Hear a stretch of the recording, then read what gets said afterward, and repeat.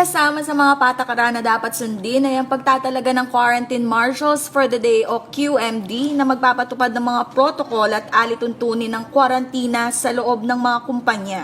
Inatasan din ng lahat na magsuot ng face mask o face shield, regular na temperature checking at scanning, at paglalagay ng mga plastic o plexiglass shield sa harap at pagitan ng mga mesa ng mga frontliners at empleyado ng tanggapan. Bukod sa social distancing at paghuhugas ng mga kamay, hinihikayat din ng mga kumpanya na maglagay ng mga hand sanitizer sa mga pasilyo, conference rooms at iba pang common area. Dapat ring maglagay ng hiwalay na basurahan para sa mga hazardous waste tulad ng mga gamit na face mask at gloves. Para mabawasan ang physical contact, ipinagbabawal ang handshake sa pagtanggap ng mga bisita at sa pagitan ng mga empleyado. ID swiping naman ang dapat gamitin sa halip na fingerprint para sa mga biometrics login sa mga kumpanya. Bagaman pinapayagang magbukas sa mga kantina ng mga kumpanya, hinihikayat naman ng lahat na magdala ng sariling kutsara at tinidor.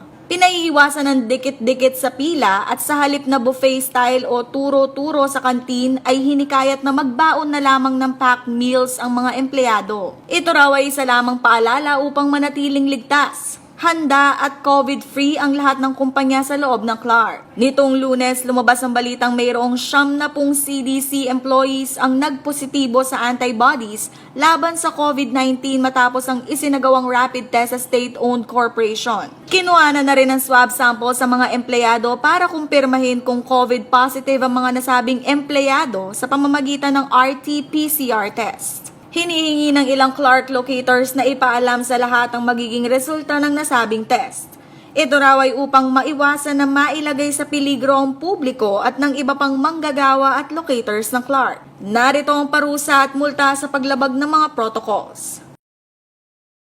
Karen Maurilio, CLTV News.